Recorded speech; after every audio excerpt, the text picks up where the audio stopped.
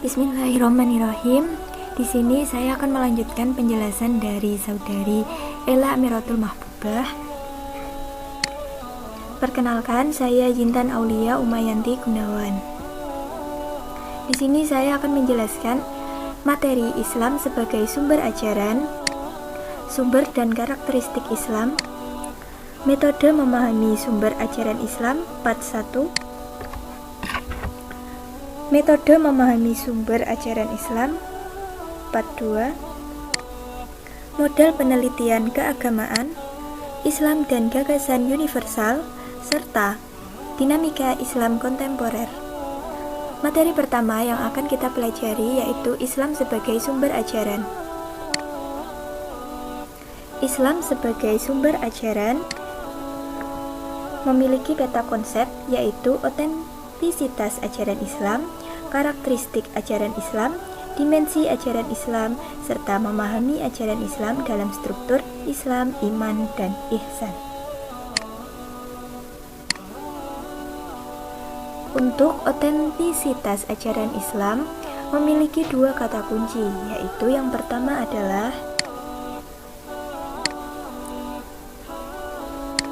Al-Quran.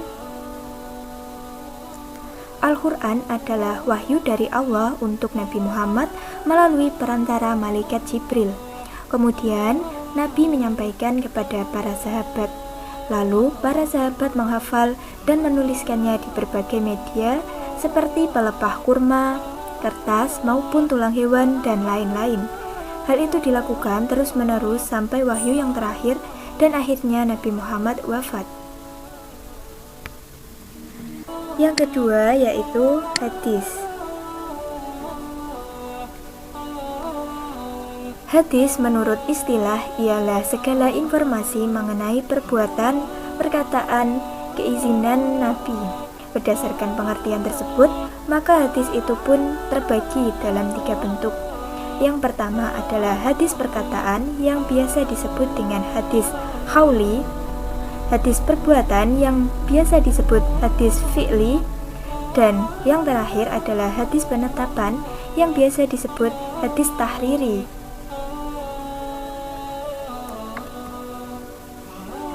Bagian kedua yaitu karakteristik ajaran Islam. Apa saja? Yuk simak. Yang pertama yaitu di bidang agama.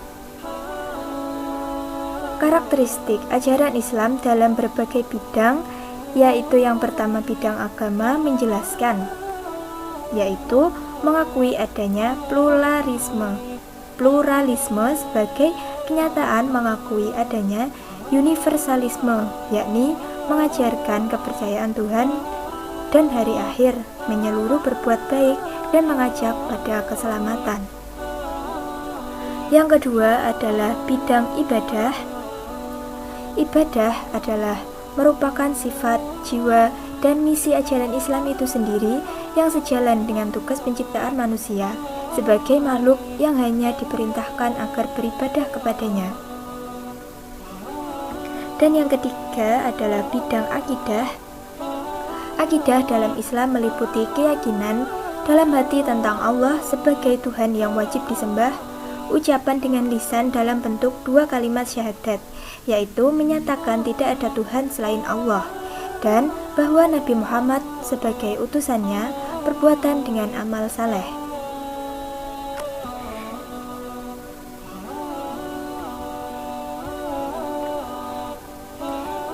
Kemudian bidang ilmu dan kebudayaan. Karakteristik ajaran Islam dalam ilmu dan kebudayaan bersikap terbuka, akomodatif, tetapi juga selektif. Dari satu segi Islam terbuka dan akomodatif untuk menerima berbagai masukan dari luar, tetapi bersamaan dengan itu Islam juga selektif, yakni tidak begitu saja menerima seluruh jenis ilmu dan kebudayaan, melainkan ilmu dan kebudayaan yang sejalan dengan ajaran Islam sendiri. Dalam konteks historis, Islam di bidang ilmu dan kebudayaan menjadi mata rantai yang penting dalam peradaban dunia. Selanjutnya yakni mengenai dimensi ajaran Islam.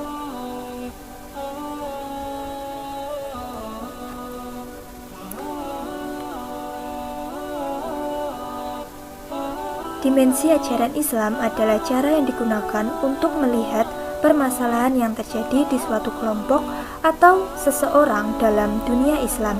Dimensinya dibagi menjadi 3, yaitu akidah atau kepercayaan seseorang pada Islam, kemudian syariah, jalan yang ditempuh manusia untuk menuju Sang Khalik, serta akhlak, sikap, budi, pekerti.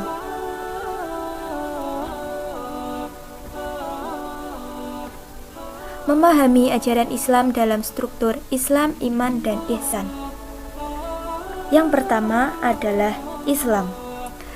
Syekhul Islam Ibnu Taimiyah berkata, Islam ialah din atau agama.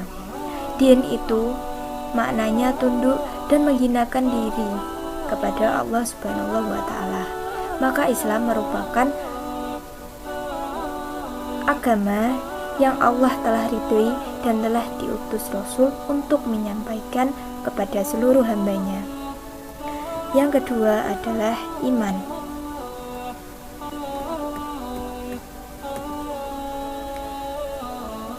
Iman tidak hanya cukup dengan sikap batin yang percaya atau mempercayai belaka, tetapi menuntut perwujudan lahiriah dan eksternalisasinya di dalam tindakan-tindakan.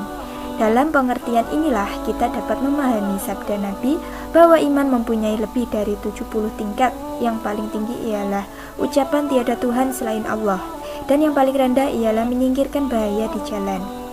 Dan yang ketiga adalah ihsan.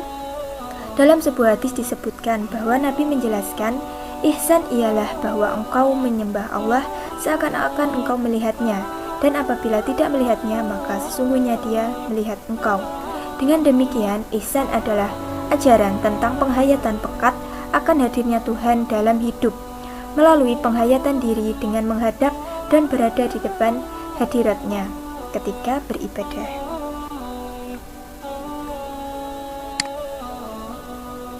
Berikut merupakan penjelasan dari Islam sebagai sumber ajaran. Baiklah, untuk materi yang kedua yakni mengenai sumber dan karakteristik Islam. Sumber dan karakteristik Islam kita membagi menjadi 5 bagian, yakni sumber ajaran Islam, sifat dasar ajaran Islam, karakter Islam, moralitas Islam, dan yang terakhir yaitu Islam dan wacana pembaruan. Sumber ajaran Islam terbagi menjadi 2, yaitu sumber primer yang berisi Al-Quran dan hadis, di mana Al-Quran merupakan firman Allah yang diturunkan kepada Nabi Muhammad yang masih terjaga kemurniannya sebagai petunjuk atau pedoman bagi umat manusia. Sedangkan hadis Nabi atau sunnah Nabi, secara etimologis hadis berarti berita atau perkataan dari Nabi. Sedangkan secara istilah adalah segala bentuk perkataan, perbuatan, dan ketetapan Nabi. Sunnah dibagi menjadi 3 macam, yaitu sunnah hauliyah, sunnah fi'liyah, dan sunnah tahririyah. Untuk sumber sekunder terbagi menjadi 2. Kami mengambil hanya 2, yaitu ijma. Secara etimologis, ijma berarti kesepakatan para ulama tentang hukum Islam yang belum ada ketetapannya dalam Al-Quran dan hadis Nabi. Sedangkan qiyas merupakan mempersamakan sesuatu kejadian yang belum ada ketentuan hukumnya di dalam Al-Quran atau hadis dengan sesuatu yang sudah ada ketentuan hukumnya dengan hukum yang ditetapkan dengan nas tersebut karena ada persamaan. Sedangkan sifat dasar ajaran Islam, Islam datang dari Allah dan sesungguhnya Allah lebih mengetahui apa yang menjadi kebaikan bagi hambanya. Islam adalah agama yang sangat jauh dari kontradiksi. Islam sangat jelas dan mudah, tidak sulit. Islam mudah dipahami oleh setiap orang. Islam mengajak kepada akhlakul mulia dan amal salih. Islam memelihara kesehatan. Islam adalah agama yang fleksibel, cocok untuk semua tempat, zaman, bangsa, dan berbagai macam situasi. Karakter Islam antara normativitas dan historitas. Apa itu normativitas? Normativitas dari bahasa Inggris norm yang berarti norma ajaran, acuan, ketentuan tentang masalah yang baik dan buruk yang boleh dilakukan dan yang tidak boleh dilakukan. Sedangkan historitas yaitu peristiwa atau kejadian yang sungguh-sungguh terjadi yang seluruhnya berkaitan dengan ajaran Islam, di antara cangkupannya berkaitan dengan proses sejarah, penyebaran, pertumbuhan agama Islam. Moralitas Islam. Moralitas Islam terbagi menjadi 3, yaitu ibadah, pendidikan, dan sosial. Ibadah dapat diartikan sebagai upaya mendekatkan diri kepada Allah dengan mentaati segala perintahnya, menjauhi segala larangannya, dan mengamalkan segala yang diizinkannya. Sedangkan pendidikan, yaitu Islam memandang pendidikan sebagai hak bagi setiap orang dan berlangsung sepanjang hayat. Dalam bidang ilmu, kebudayaan, dan teknologi, Islam mengajarkan kepada pemeluknya untuk bersikap terbuka untuk menerima berbagai masukan dari luar, tetapi yang harus digarisbawahi yaitu harus senantiasa selektif. Untuk bidang ilmu sosial, ciri khas yang diajarkan Islam yaitu ajaran yang bertujuan untuk mensejahterakan manusia. Berbagai ajaran yang diajarkan untuk mensejahterakan manusia antara lain sikap toleransi, tolong-menolong, kesamaan derajat, kesetiakawanan, tenggang rasa, gotong royong, dan kebersamaan. Terakhir pada materi ini yaitu Islam dan pembaruan. Proses pembaruan yang terjadi di kalangan umat Islam akan berjalan terus sepanjang zaman. Islam tidak menghalangi pembaruan selama tidak melanggar ketentuan yang dibawa wahyu. Yang perlu ditinggalkan dalam pembaruan ialah tradisi yang bertentangan dengan perkembangan zaman. Dilanjutkan pada pembahasan materi selanjutnya, yakni metode memahami sumber ajaran Islam part 1.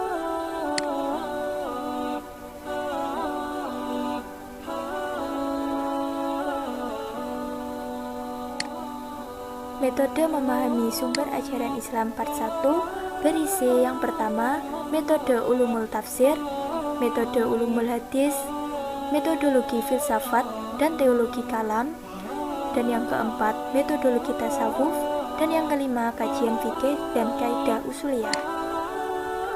Untuk metodologi ulumul tafsir, terdapat 4 metode. Yang pertama, metode tahlili. Metode tafsir ini yakni dengan metode analisis, yakni berusaha menerangkan arti ayat-ayat Al-Quran dengan berbagai seginya berdasarkan urutan ayat dan surat dalam Al-Quran, nusyafus sami dengan menonjolkan pengertian dan kandungan lafaz-lafaznya, hubungan ayat dengan ayatnya, sebab-sebab nuzulnya, hadis-hadis Nabi SAW yang ada kaitannya dengan ayat-ayat yang ditafsirkan itu, serta pendapat para sahabat dan ulama-ulama lainnya. Dan yang kedua adalah metode ijmali. Metode ijmali adalah menafsirkan Al-Quran dengan cara menjelaskan ayat-ayat Al-Quran dengan singkat dan global, yaitu penjelasan tanpa menggunakan uraian atau penjelasan yang panjang lebar dan kadang menjelaskan kosakatanya saja. Menurut Ashibarshi, sebagaimana yang telah dikutip oleh Badri Khairuman, mendefinisikan bahwa metode tafsir ijmali adalah sebagai cara menafsirkan Al-Quran dengan mengetengahkan beberapa persoalan, maksud dan tujuan yang menjadi kandungan ayat-ayat Al-Quran. Dengan metode ini, mufasir tetap menempuh jalan sebagaimana metode tahlili, yaitu terikat kepada susunan-susunan yang ada dalam mushaf Utsmani. Hanya saja dalam metode ini, mufasir mengambil beberapa maksud dan tujuan dari ayat-ayat yang ada secara global. Dan yang ketiga adalah metode muharan.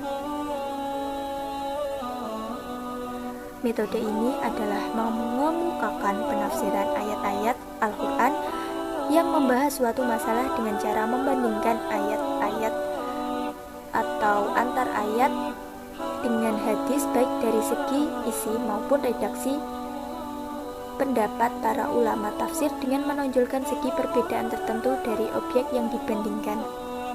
Dan yang keempat adalah metode Maudu'i. Metode Maudu'i adalah metode yang membahas ayat-ayat Al-Quran sesuai dengan tema atau judul yang telah ditetapkan. Semua ayat yang berkaitan dihimpun, kemudian dikaji secara mendalam dan tuntas dari berbagai aspek yang terkait dengannya, seperti asbab al-nuzul, kosakata, dan sebagainya. Semua dijelaskan dengan rinci dan tuntas, serta didukung oleh dalil-dalil atau fakta-fakta yang dapat dipertanggungjawabkan secara ilmiah, baik argumen yang berasal dari Al-Quran, hadis, maupun pemikiran rasional. Jadi, dalam metode ini, tafsir Al-Quran tidak dilakukan ayat demi ayat, melainkan mengkaji Al-Quran dengan mengambil sebuah tema khusus dari berbagai macam tema doktrinal, sosial, dan kosmologis yang dibahas oleh Al-Quran. Selanjutnya yakni metode ulumul hadis. Pada dasarnya, ulumul hadis telah lahir sejak dimulainya periwayatan hadis di dalam Islam, terutama setelah Nabi Muhammad SAW wafat. Ketika umat Islam merasakan perlunya menghimpun hadis-hadis Rasul SAW, dikarenakan adanya kekhawatiran hadis-hadis tersebut akan hilang atau bisa juga lenyap. Metode filsafat dan teologi.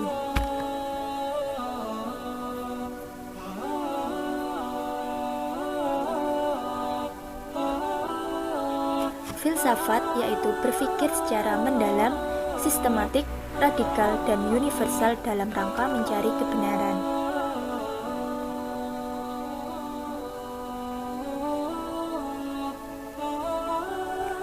Sedangkan teologi adalah ilmu yang membahas ajaran-ajaran dasar dari suatu agama. Secara umum, penelitian ilmu kalam atau teologi ada dua bagian, yakni penelitian dasar atau pemula.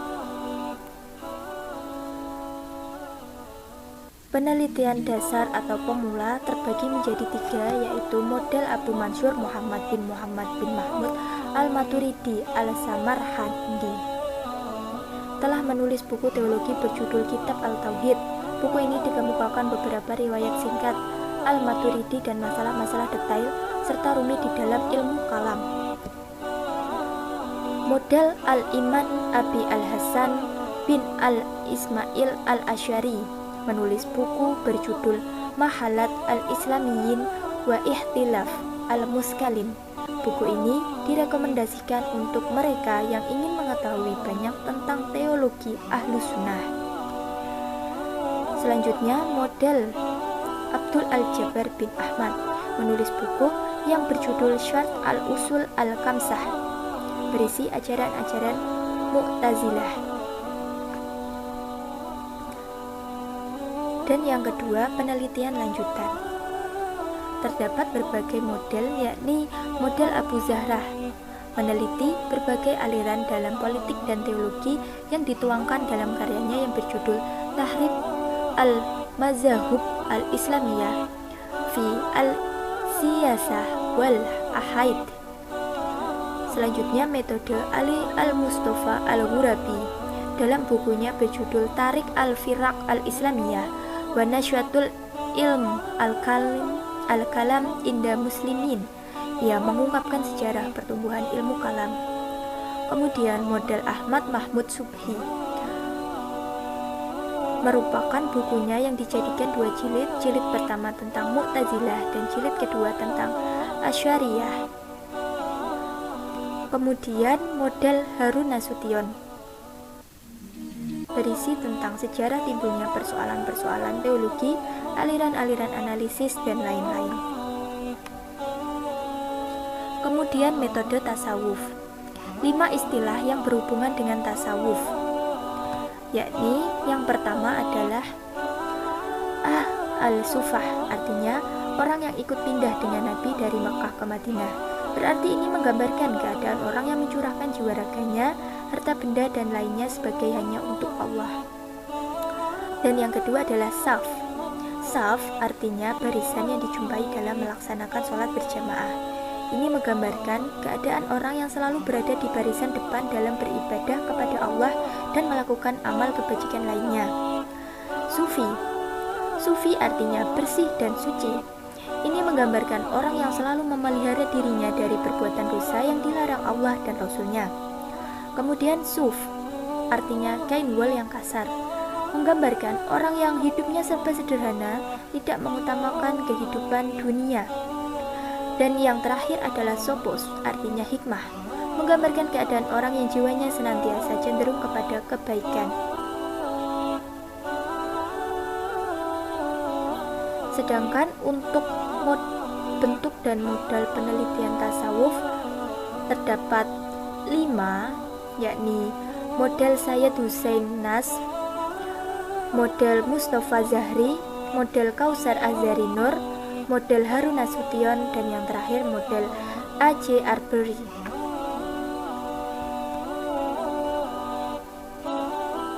Kajian fikih dan kaidah usuliyah. Ilmu fikih sebagai suatu ilmu mengenai hukum-hukum syarak yang tertentu bagi perbuatan para mukallaf seperti wajib, sunnah, mubah atau halal, makruh, haram, dan sejenisnya. Sedangkan kaidah usuliyah merupakan yang telah dihasilkan oleh ulama usul fikih berdasarkan penelitian mereka terhadap ketentuan atas undang-undang bahasa Arab. Metode perolehan kaidah usuliyah yakni metode mutakalimin.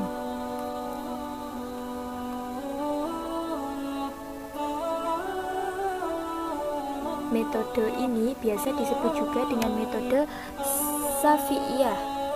Kaidah ini dipergunakan untuk memproduksi kaidah-kaidah serta mengeluarkan hanun-hanun usuliyah dari penggalian lafaz serta memperhatikan uslub bahasa Arab. Metode ini dalam penyusunannya ditempuh melalui pembuktian terhadap kaidah-kaidah dan bahasan-bahasan ilmu ini secara logika rasional.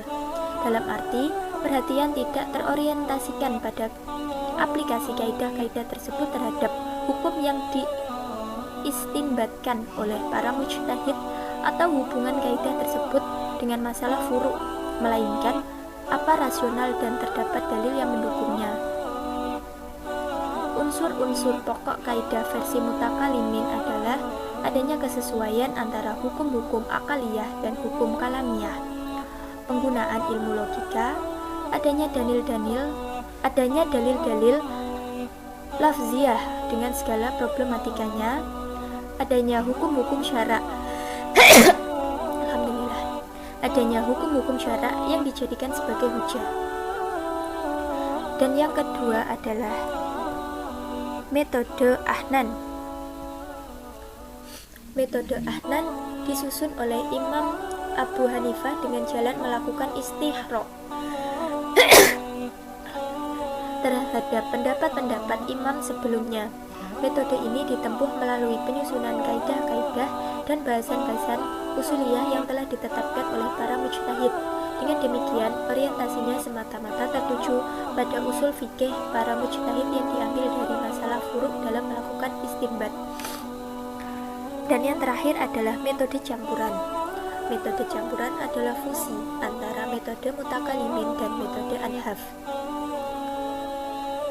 Dalam tataran praktisnya, metode ini tetap memperhatikan kaidah-kaidah usuliyah yang ada dan mengemukakan dalil atas kaidah tersebut. Selain itu juga memperhatikan aplikasinya terhadap masalah fikih, far'iyah, dan relevansinya terhadap kaidah tersebut.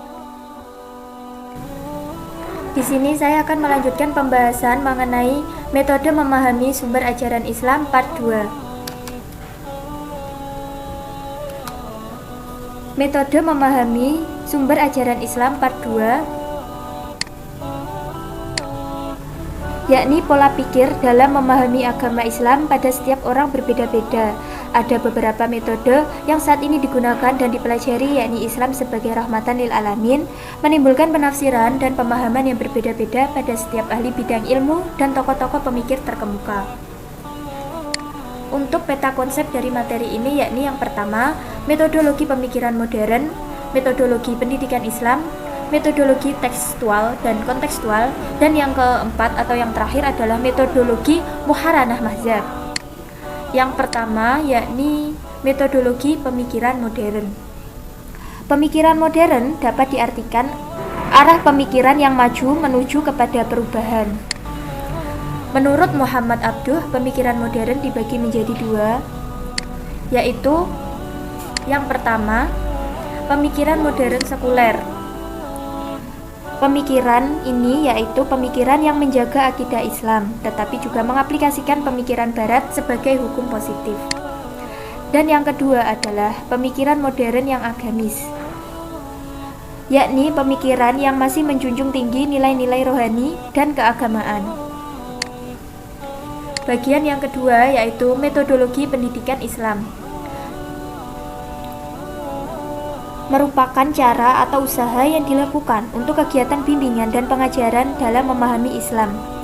Ada beberapa metode yang digunakan dalam pendidikan Islam, diantaranya yang pertama yaitu taklim. Taklim merupakan pengajaran berupa ceramah. Tabyin merupakan metode pendidik menjelaskan materi dengan benar supaya benar-benar jelas dan dimengerti. Tafsil merupakan penjelasan secara detail tentang persoalan yang dibahas. Penjelasan tidak dikarang atau dibuat-buat serta mempunyai sumber yang jelas. Sedangkan yang terakhir yaitu tafhim, metode pendidik untuk memberikan kesamaan persepsi mengenai benda, permasalahan, ataupun kasus yang dibicarakan. Bagian yang ketiga yaitu metodologi tekstual dan kontekstual.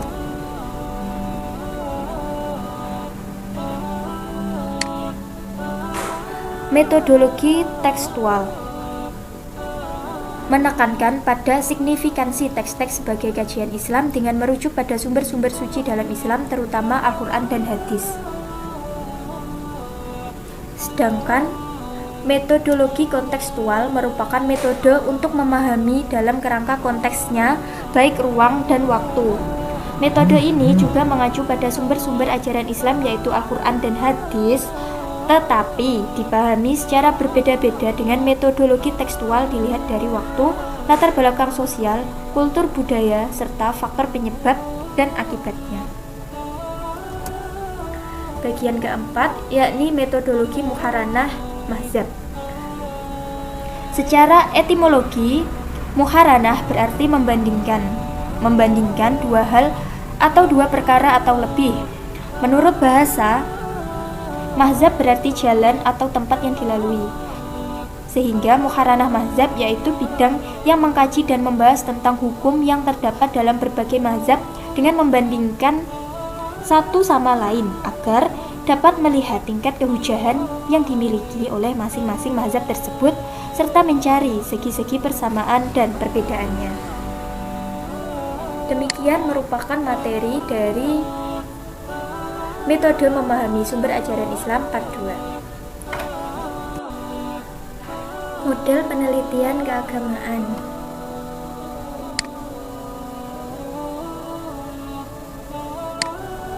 Model penelitian keagamaan memiliki 6 konsep, yaitu pengertian penelitian keagamaan, agama sebagai doktrin, agama sebagai produksi budaya, agama sebagai produk interaksi sosial, penelitian agama dan keagamaan, serta pada bagian yang keenam adalah konstruksi penelitian keagamaan.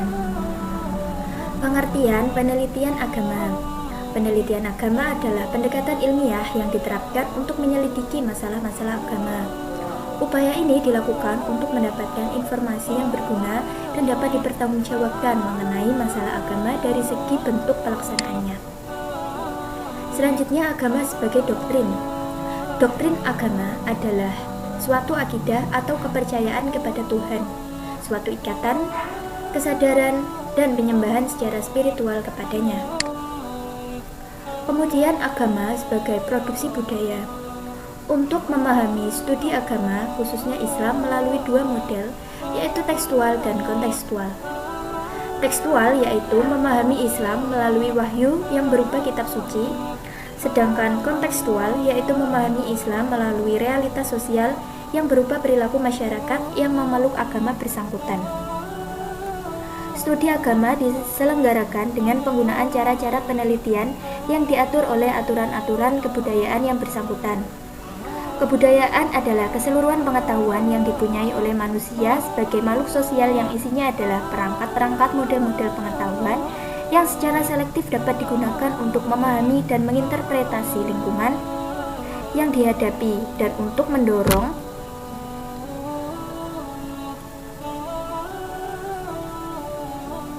dan menciptakan tindakan-tindakan yang diperlukan. Islam merupakan agama yang diwahyukan oleh Allah Subhanahu wa taala kepada Nabi Muhammad SAW sebagai jalan hidup untuk meraih kebahagiaan hidup di dunia maupun di akhirat. Agama Islam disebut juga agama samawi. Selain agama Islam, Yahudi dan Nasrani juga termasuk ke dalam agama samawi. Sebab keduanya merupakan agama wahyu yang diterima Nabi Musa dan Nabi Isa sebagai utusan Allah yang menerima pewahyuan agama Yahudi dan Nasrani. Agama wahyu bukan merupakan bagian dari kebudayaan. Sekali lagi, agama wahyu bukan merupakan bagian dari kebudayaan. Agama samawi dan kebudayaan tidak saling mencangkup. Pada prinsipnya, yang satu tidak merupakan bagian dari yang lainnya. Kemudian, agama sebagai produk interaksi sosial. Dunia saat ini tengah memasuki era globalisasi dengan dampak negatif dan positifnya. Sebagai salah satu upaya mengatasi kebuntuan dari ilmu pengetahuan sosial yang demikian itu, agama diharapkan dapat memberikan arahan dan perspektif baru sehingga kehadiran agama tersebut terasa manfaatnya oleh para penganut agama. Kemudian penelitian agama dan keagamaan.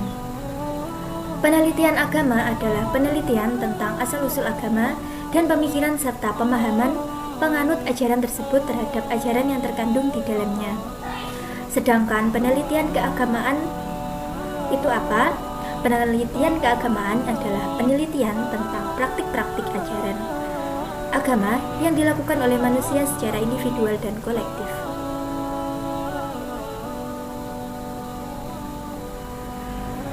Kemudian materi pada slide terakhir yaitu model penelitian agama. Terdapat 6, yaitu yang pertama analisis sejarah. Apa itu analisis sejarah? Analisis sejarah adalah pendekatan sejarah dalam memahami agama yang dapat dibuktikan apakah agama itu masih ada pada orisinalitasnya seperti ketika ia baru muncul atau sudah bergeser jauh dari prinsip-prinsip utamanya. Bila hal itu dihubungkan dengan agama Islam, maka ia dapat dimasukkan pada kategori agama yang bertahan konsisten dengan ajaran seperti pada masa awalnya. Kemudian, analisis lintas budaya. Analisis lintas budaya diartikan dengan ilmu antropologi, karena dilihat dari definisi antropologi sendiri secara sederhana dapat dikatakan bahwa antropologi mengkaji kebudayaan manusia. Islam sebagai agama yang dibawa oleh Nabi Muhammad SAW sampai saatnya kini telah melalui berbagai dimensi budaya dan adat istiadat. Masing-masing negeri memiliki corak kebudayaan masing-masing dalam mengekspresikan agamanya. Kemudian, eksperimen. Penelitian yang menggunakan eksperimen agak sulit dilakukan dalam penelitian agama. Namun, dalam beberapa hal, eksperimen dapat dilakukan dalam penelitian agama, misalnya untuk mengevaluasi perbedaan hasil belajar dari beberapa model penelitian agama.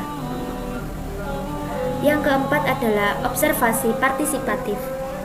Dengan partisipasi dalam kelompok, peneliti dapat mengobservasi perilaku orang-orang dalam konteks religius, baik diketahui atau tidak oleh orang yang sedang diobservasi. Dan di antara kelebihannya yaitu memungkinkan pengamatan simbolik antar anggota kelompok secara mendalam.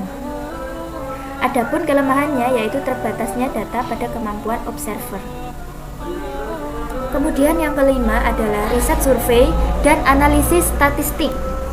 Penelitian survei dilakukan dengan penyusunan kuesioner, interview dengan sampel dari suatu populasi.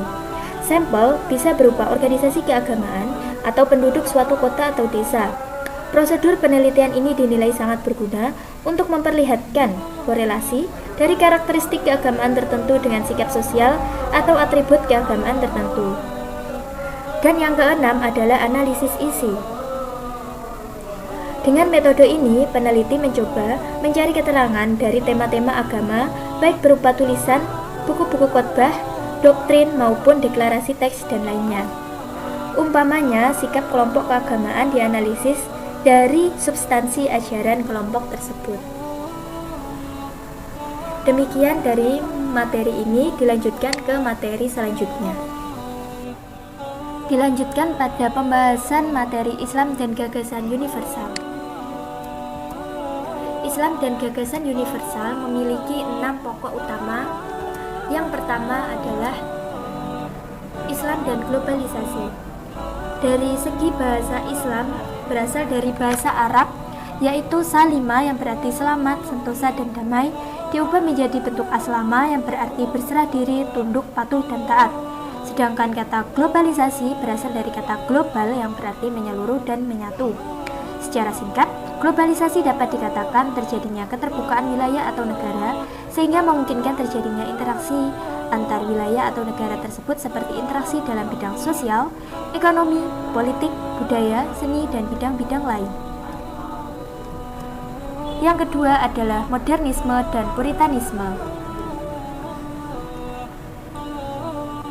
Modernisme yaitu gerakan yang bertujuan menafsirkan kembali doktrin tradisional menyesuaikan dengan aliran-aliran modern dalam filsafat, sejarah, dan ilmu pengetahuan. Sedangkan puritanisme adalah paham dan tingkah laku yang didasarkan atas ajaran kaum Puritan, yakni orang yang hidup saleh dan yang menganggap kemewahan dan kesenangan sebagai pendosa. Dan yang ketiga adalah gerakan fundamentalis dan radikalisme. Kaum fundamentalis doktrin sebagaimana terdapat dalam Al-Quran dan Sunnah adalah doktrin yang bersifat universal dan telah mencakup segala aspek kehidupan, ketataan mutlak kepada Tuhan. Karenanya, bagi mereka iman lebih penting. Sedangkan karakteristik Islam fundamental radikal yang pertama, menanamkan tata nilai dan sistem Islam berdasarkan Al-Quran dan Sunnah. Yang kedua, penolakan tafsir agama yang berdasarkan pada rasionalitas. Yang ketiga adalah penolakan terhadap ideologi peradaban masyarakat Barat. Yang keempat adalah Islam eksklusif dan inklusif. Dalam Kamus Besar Bahasa Indonesia, eksklusif berarti terpisah dari yang lain, sedangkan inklusif berarti termasuk, terhitung. Ciri-ciri eksklusif yaitu menerapkan model penafsiran literal terhadap Al-Quran dan Sunnah. Mereka menggugat otentisitas kitab suci agama lain. Ciri-ciri kaum inklusif memahami agama Islam sebagai agama yang berkembang, sehingga ijtihad berperan dalam pemikiran mereka. Dan yang kelima adalah Islamisasi sains. Pandangan yang menganggap ilmu atau hanya sebagai alat, artinya sains terutama teknologi sekedar alat untuk mencapai sebuah tujuan. Sains mempunyai dua makna. Jika kita menganggap apa yang kita saksikan adalah sains, maka kita akan melihat sains sebagai kebenaran indrawi. Hubungan Islam dengan ilmu pengetahuan sangat erat kaitannya, karena Islam tanpa ilmu pengetahuan berarti buta. Iman tanpa ilmu dapat mengakibatkan musyrik. Dan yang keenam adalah pluralisme agama-agama. Berdasarkan ide orang-orang yang berpemahaman liberal, pluralisme ini merupakan agama baru yang mencoba meruntuhkan nilai-nilai fundamental agama-agama termasuk Islam. Paham ini menyatakan bahwa agama adalah persepsi manusia yang relatif terhadap Tuhan. Maka seluruh agama tidak boleh mengklaim atau meyakini bahwa agamanya yang paling benar dari agama lain atau meyakini hanya agamanya yang benar. Bahasan yang terakhir yakni mengenai materi dinamika Islam kontemporer.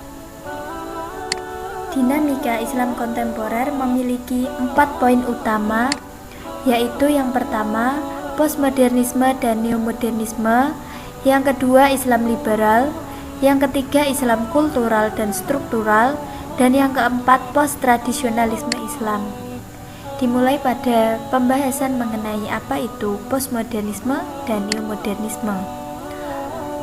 Postmodernisme menolak modernisasi yang diterapkan oleh negara-negara barat di mana perkembangan suatu masyarakat atau bangsa disamaratakan dengan satu aturan baku.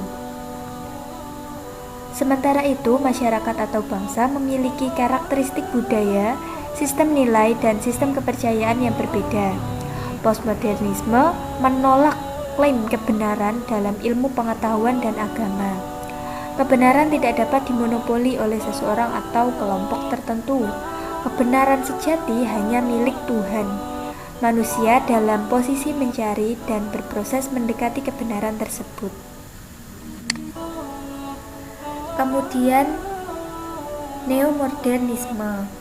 Neomodernisme muncul sebagai diskursus kritik terhadap Islam modernis yang menekankan pada pemikiran dan rasio dalam melihat eksistensi dari agama terkait perjuangan dan perdebatan.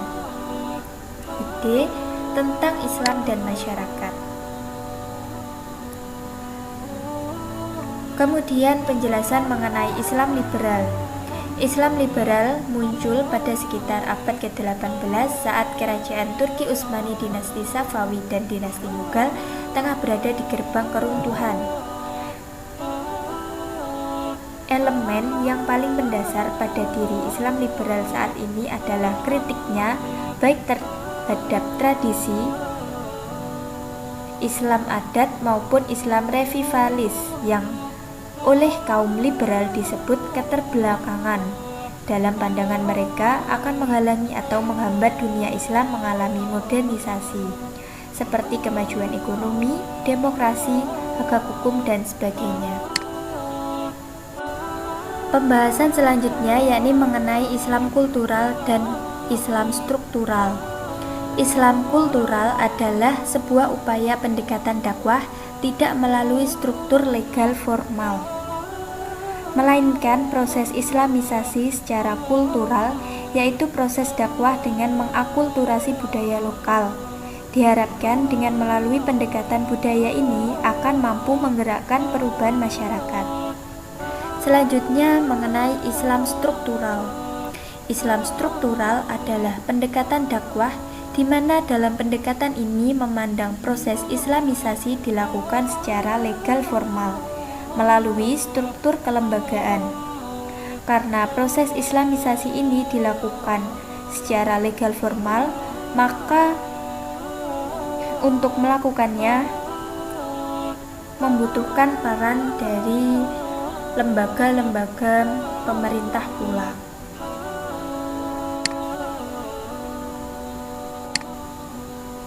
Selanjutnya yang terakhir, post-tradisionalisme Islam.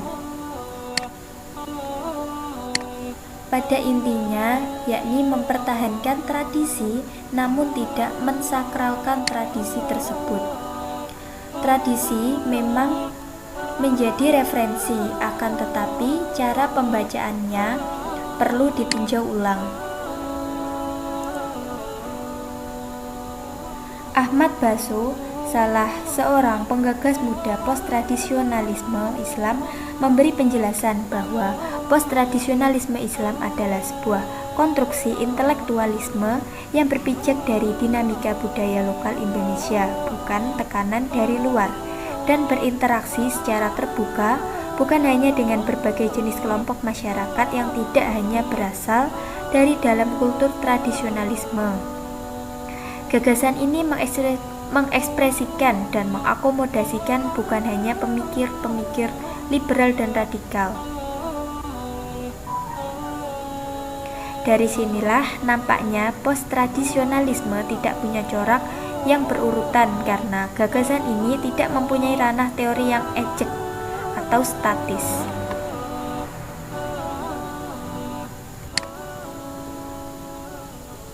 Demikian penjelasan dari makalah pertama hingga makalah ke-14. Semoga membawa berkah untuk kita semua. Terima kasih. Wabillahi taufiq wal hidayat. Sekian dari kami. Wassalamualaikum warahmatullahi wabarakatuh.